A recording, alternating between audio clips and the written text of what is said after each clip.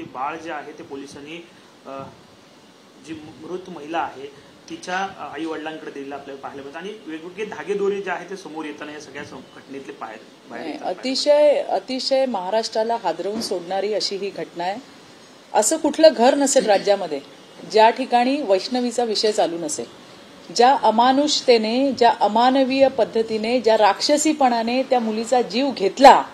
ही आत्महत्या नाही, ही हत्या आहे। तिला ही आणि त्याच्यासाठी याच्यामध्ये अजून दोघं जण जे मेन अक्यूज जे फरार आहेत ते लवकर पकडले जातील। पळून पळून कुठे पळणार? राज्याच्या मुख्यमंत्र्यांनी, सन्माननीय मुख्यमंत्री देवेंद्रजींनी वैष्णवीचं बाळ हे तिच्या आईवडिलांकडे सुपूर्द करावं असं कालच त्या ठिकाणी सांगितलं। आणि आज मला या गोष्टीचा आनंद आहे की ते छोटंसं चिमुकलं बाळ आज त्याच्या आजी आजोबांच्या हातामध्ये आहे। आता ते बाळ सुद्धा ज्या वेळेला आधी घ्यायला गेले त्यावेळेला कोण तो चव्हाण व्यक्ती होता ज्याने बंदूक दाखवली, तो कोण आहे त्याला भी शोधून काढायला पाहिजे आणि तो येईलच, त्यालाही शोधून पोलीस काढतील, त्याच्यावरही कारवाई होईल। अज्ञात इस्माने बाळ दिलं असं कुठेतरी सांगण्यात आलंय, त्यामुळे तो अज्ञात इसम कोण होता, काय होता याची शहानिशा येणाऱ्या दिवसामध्ये पोलिसांकडून नक्की होईल। परंतु ही घटना अतिशय हृदयद्रावक आहे। बरं, ही जी हगवणे फॅमिली जी आहे या फॅमिलीचा इतिहासच असा असावा असं मला समोर आलेल्या गोष्टींवरनं वाटतं की मोठी सून, त्या मोठ्या सुनेलाही अशाच पद्धतीने छळण्यात आलं होतं। पण तिचं दैव बलवत्तर तर ती जिवंत आहे तिच्या आईवडिलांकडे। वैष्णवी मात्र शेवटच्या क्षणापर्यंत तुमच्या माध्यमातून जे ऑडिओ क्लिप्स आम्ही ऐकतोय किंवा तिच्या आईवडिलांचं जे संभाषण ऐकतोय, सगळ्यांचा प्रयत्न हाच होता की संसार तुटू नये, संसार वाचवावा। याच्यासाठी ती पण तर लढत होती। तिला वाटलं आता हेही दिवस जातील, तेही दिवस जाईल, बाळ होईल, मग सुधरतील। परंतु हे लांडगे पैशाचे हव्यास असलेली लोक 2 कोटी रुपये द्या, चांदीच्या गौऱ्या द्या, चांदीची भांडी द्या, 51 तोळे सोनं दिलंय आणि त्याच्यानंतर बाकीच्या गोष्टी। त्याच्या बाबांकडनं मी ऐकलं की जेव्हा यायची तेव्हा 50,000 1 लाख का द्यायचे की बाबा याच्याने तरी चला मुलीला त्रास नाही होणार किंवा अशा पद्धतीने त्यांनी ती भूमिका घेतली। परंतु झालेला प्रकार हा अतिशय अमानवीय आहे, याच्यातल्या कुणालाही सोडणार नाही। आम्ही गेल्या 3-4 दिवसांपासून रोज हेच सांगतोय, हे देवेंद्र फडणवीसांचं सरकार आहे, महायुतीचं सरकार आहे, इथे सगळ्यांना समान न्याय आहे। कितीही मोठा नेता असू दे, कितीही मोठ्या नेत्याच्या बाजूला बसून मांडीला मांडी लावून बसणारा असू दे, एका ताटात खाणारे असू दे, पण जर त्यांनी अशा पद्धतीने गुन्हा केलेला आहे तर त्याच्यातून त्यांना क्षमा नाहीच, त्यांना शिक्षा होईलच। आज देवेंद्रजींच्या निर्देशामुळे बाळ सुखरूपपणे हे त्या ठिकाणी आले। मी अजितदादांसोबत काम केलेली कार्यकर्ता आहे आणि त्याच्यामुळे ते सुद्धा अशा घटनेला किंवा अशा माणसांना पाठीशी घालतील असं मला वाटत नाही। आज सकाळीच काहीतरी बातमी आली की त्याला निष्कासित केलेलं आहे, त्याला काढून टाकलेलं आहे त्या पदावरनं आणि येणाऱ्या दिवसामध्ये पळून पळून कुठे पळणार, पळून पळून कुठे जाणार। त्याच्यामुळे येणाऱ्या दिवसामध्ये राजेंद्र हगवणे आणि त्यांचा जो दुसरा मुलगा आहे सुशांत हगवणे हे सुद्धा त्या ठिकाणी पकडले जातील। वैष्णवीला पूर्णपणे न्याय मिळेल। परंतु प्रश्न हा आहे की अशा कित्येक मुली आजही हुंडाबळीसारख्या घटनेला सामोरं जात आहेत। मला आज वैष्णवीच्या माध्यमातून 10 वर्षापूर्वीची एक घटना आठवली। त्यावेळेला मी महिला आयोगावर काम करत होते, मला आजही आठवतंय 2014-15ची गोष्ट असेल। अंबरनाथ ग्रामीणला एका महिलेला 7 महिन्याची गरोदर बाई होती आणि तिला खांबाला बांधून जिवंत जाळली होती, म्हणजे जीवाला चटका लावणारी अशी घटना होती।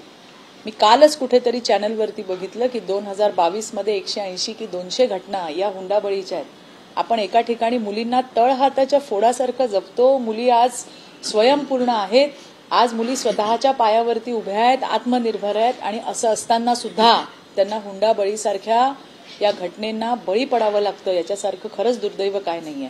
बघा, सरकार कायदे करतंय, कायदा आहे का 100%, शिक्षा आहे का 100%, परंतु याचा अवेअरनेस अजून मुलींमध्ये आणि मुलींच्या पालकांमध्ये सुद्धा येणं तितकंच गरजेचं आहे असं मला वाटतं। मला वैष्णवीच्या आईने, तिचा मी पूर्ण इंटरव्ह्यू पाहिला, त्यात त्यांनी म्हटलंय की जेव्हा तुमच्या मुली तुमच्याकडे येतात त्यांचं ऐका, त्या काय म्हणतात ते ऐका, त्यांचं काय दुःख आहे, त्यांना काय त्रास आहे हे आई वडिलांनी पण ऐकून घेतलं पाहिजे। आणि मला वाटतं फक्त ऐकून नाही घेतलं पाहिजे तर त्याच्यावरती तात्काळ काहीतरी ऍक्शन घेतली पाहिजे।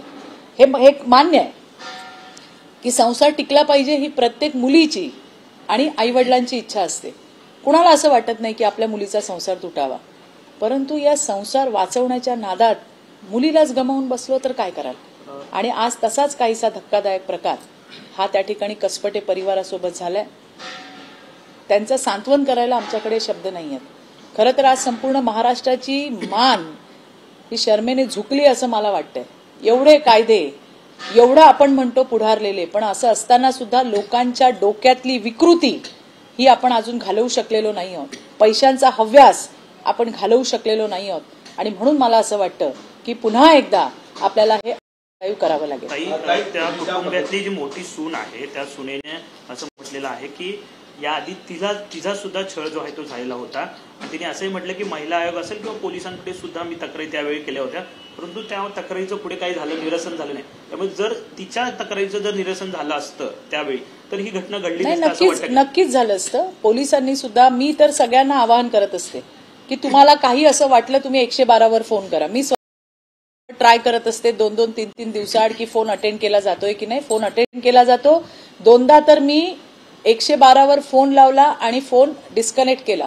मला समोरून फोन आला की तुम्ही कोण बोलताय, तुम्ही फोन केला होता का, याचा अर्थ 112 ऍक्टिव्हली चालू आहे. त्यावेळेला काय झालं, मोठ्या सुनेसोबत कोणी त्याच्यामध्ये, मी तर म्हणते ती पण केस आता उघडायला पाहिजे. कोणी तिथे दुर्लक्ष केलं, त्यावेळेला कोण तिथले अधिकारी होते, त्यांनी का कारवाई केली नाही, याची सुद्धा शहनिशा आता करणं गरजेचं आहे. प्रत्येक वेळेला सरकार या ठिकाणी घोषा लावत असतं की तुम्हाला ज्या ज्या वेळेला संकट वाटेल तुम्ही पोलीस स्टेशनला गेलं पाहिजे. आणि पोलिसांना सुद्धा या सक्त सूचना आहेत. त्यांचं कामच आहे, ते कर्तव्य आहे की एखादी महिला ज्या वेळेला तुमच्या दारामध्ये येते, कुठली बाई आनंदाने किंवा मजा म्हणून पोलीस स्टेशनला जात नाही. पोलीस स्टेशनला जायला सुद्धा ती खूप धैर्य एकवटून जात असते. आणि त्यावेळेला जर पोलिसांचा सकारात्मक असा तिला रिप्लाय आला नाही तर तिचं पहिली ती खसते ती तिकडे. त्यामुळे गेल्या गेल्या पोलीस स्टेशनला महिलेच्या तक्रारीची दखल घेतली पाहिजे. म्हणून तर महिला पोलीस आहेत आपल्याकडे. आणि असं असून सुद्धा जर तक्रारीची दखल घेतली जात नसेल तर हे अतिशय गंभीर आहे. आणि त्यामुळे मला आता असंही म्हणायचं आहे, आणि मी हे देवेंद्रजींकडे, राज्याच्या सन्माननीय मुख्यमंत्री आणि गृहमंत्र्यांकडे मागणी करणार आहे की याच्या आधीचं ज्या मोठ्या सुनेचं प्रकरण होतं, कोणी त्या ठिकाणी दुर्लक्ष केलं, कोणी पाठी घातलं त्यावेळेला हगवणेला, त्यांच्यावरती सुद्धा कारवाई व्हायला हवी. महिला आयोगाने सुद्धा 4 तास त्या जी मयुरी जगताप आहे तिला पोलीस स्टेशनला बसवायचे. त्यानंतर पोलिसांनी काही तीच सांगते की काही पैसे देऊन ते बाहेर आले, त्याच्यानंतर रुबाब पुन्हा दाखवायला लागले, आमचं कोणी काय करू शकत नाही. मला हेच म्हणायचंय. मी तुम्हाला पुन्हा सांगते, कायदा सगळ्यांना समान आहे, न्याय सगळ्यांना समान आहे. कोणीही असू दे, कुठला पण मोठा त्या ठिकाणी तिरंबाज असू दे, कोणी असेल त्याला पाठीशी घातलं जाणार नाही. याच्या आधीचं मोठ्या सुनेचं नाव मयुरी आहे. त्या मयुरीच्या वेळेला सुद्धा ज्यांनी चालढकल केली, कदाचित बघा की त्यावेळेला दखल घेतली असती तर यांना दणका बसला असता. आज वैष्णवी आपल्यामध्ये असती, परंतु त्यावेळेला जे काही गैरप्रकार झाला, कोण होतं, काय होतं, याच्या मुळाशी जाऊन याची चौकशी करून त्यावेळेला जे होते त्यांच्यावरती कारवाई करा, अशी मी मुख्यमंत्र्यांकडे, राज्याच्या सन्माननीय मुख्यमंत्री आणि गृहमंत्र्यांकडे मागणी करणार. हुंडा बंदी जी आहे ती राज्यामध्ये आहे, तरी सुद्धा आपण जर पाहिलं तर पश्चिम महाराष्ट्र असेल, मराठवाडा, विदर्भ या पट्ट्यामध्ये मोठ्या प्रमाणात अशा पद्धतीनं लग्नामध्ये काहीतरी देण्याच्या पद्धती ज्या आहेत त्या अनेक वेळा सुरू असलेल्या पाहायला मिळत आहेत. आणि त्याच्या परंपरा वाढत चाललेल्या आहेत का, काय नेमकं, म्हणजे यावरती लक्ष सरकार घातलं गरजेचं आहे. आता यालाच अनुसरून असं आहे की त्यांच्या लग्नात अजित पवार स्वतः गेलेले असताना फॉर्च्युनरची चावी त्यांना दिल्या गेली होती. म्हणजे एकीकडे बघा आता हुंड्याला प्रोत्साहनच नाही. आता तुम्हाला सांगते मी की आपण याला वेगळं वळण नकोय द्यायला. मला तुम्हाला हे सांगायचंय, आता सध्या काय चलन आहे की तुम्हाला तुमच्या मुलीसाठी काय द्यायचंय तर तुम्ही द्या. जे मी आता लग्नांमध्ये बघते त्यावेळेला ते काय म्हणतात, आम्हाला काही नको, तुम्हाला तुमच्या मुलीसाठी काय द्यायचं तर द्या. बरेच आई वडील स्वेच्छेने मुलीला दागिने देतात, गाड्या देतात, बऱ्याच गोष्टी देतात, पूर्ण संसार देतात, आजही देतात. ताट वाटी चमच्यापासनं संपूर्ण संसार रुखवतामध्ये तुम्हाला मांडलेला बघायला मिळेल. अशा पद्धतीने त्या ठिकाणी लग्न होतात. माझ्या सख्ख्या पुतणीचं उद्या लग्न आहे, 1 रुपयाही हुंडा न देता त्या ठिकाणी लग्न होत आहे. परंतु तुम्हाला मी सांगते की मग आई वडील चमच्यापासून वाटीपासून सगळ्या गोष्टी त्या ठिकाणी देतात. आता एखाद्या कार्यक्रमामध्ये आम्हालाही बोलवतात ना लग्नामध्ये, आम्ही जातो कार्यकर्त्यांच्या लग्नामध्ये, त्यावेळेला कधी सांगतात ताई तुम्ही हात लावा, तुम्ही हे द्या. आता तर या प्रकरणानंतर भीती वाटायला लागली की नक्की काय आहे, ही जी गाडी दिली आहे किंवा ही जी भांडी दिली आहेत ही स्वेच्छेने दिली आहे की जबरदस्तीने दिली आहेत.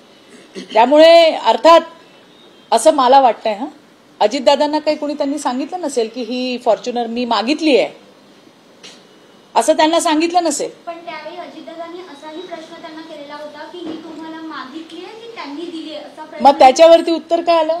त्यांनी हसण्यावरी नेलं कारण लग्नाचा दिवस होता त्यामुळे. म्हणजे याचा अर्थ दादा अलर्ट होते. त्यांनी विचारलं बाबा ही फॉर्च्युनर तुम्ही मागितली आहे का यांनी दिली आहे. त्यामुळे कसं आहे की या ज्या गोष्टी दिल्या त्यांनी मागितल्या यांनी दिल्या, त्याच्या लग्नानंतरही दिल्या, नंतर पुन्हा 2 कोटी रुपये मागितले, तर हे लांडगे आहेत हे सगळे.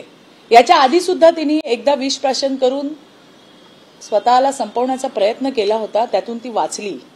याही वेळेला जर वाचली असती तर खरंच खूप बरं झालं असतं. परंतु तिच्या अंगावरचे वळ बघितले, अक्षरशः म्हणजे शब्द नाही तो, ही माणसं आहेत आणि बाईच बाईची वैरी आहे. त्याच्यामध्ये एक सासू आहे, एक नणंद आहे. ती पोरगी 20-24 वर्षाची मुलगी असेल, तिने मारलं आपल्या भाऊजाईला, सासूनी मारलं. की ज्या सुनेला आपण मुलगी म्हणून घरामध्ये आणतो, घराची लक्ष्मी म्हणून आपण घरात आणतो, तिच्यावरती अशा पद्धतीच्या वागणूक केली किंवा अशा पद्धतीची मारहाण केली, हे अतिशय भयानक आणि राक्षसी आहे. म्हणून म्हटलं मी की यामध्ये कुणाला सुटका नाही आहे आणि कोणाची त्या ठिकाणी कोणाला पाठीशी घालायचा तर प्रश्नच येत नाही. बाळ हातामध्ये आलंय हा एक त्याच्यातला आनंदाचा भाग आहे, पण बाळाला आईचं सुख मिळत नाहीये हे मनापासूनचं दुःख आहे. येणाऱ्या दिवसामध्ये या प्रकरणात आणखीन कोण होतं, तो निलेश चव्हाण कोण होता, कोणी पिस्तूल दाखवली, आणखीन माणसं ज्यांची नावं घेतली जात आहेत, हे सगळे पुढे येतील आणि या प्रकरणात कुणालाही सोडणार नाही. वैष्णवीच्या या प्रकरणाचा आम्ही सुद्धा त्या ठिकाणी पाठपुरावा करू. पवारांचा कसपटे कुटुंबियांशी फोनवरून संवाद झाला आहे. लग्नावेळी मला कल्पना दिली गेली असती तर मी लग्नच होऊ दिलं नसतं, मात्र आता वैष्णवीला न्याय मिळवून देणार असं आश्वासन अजित पवारांनी दिलं. नाही, बरोबर आहे. मी तुम्हाला हेच सांगितलं, कुठलाही नेता असू दे, आपला कार्यकर्ता जर असा राक्षसी पद्धतीने वागत असेल तर ते कोणीही त्याचं समर्थन करणार नाही. आणि जो प्रश्न आता तुम्ही उचलला की बाबा दादांच्या हातून आता गाडीची चावी दिली, परंतु प्रश्न पुन्हा तोच येतो, त्यांनी विचारले बाबा ही गाडी दिली का घेतली, काय केलंय.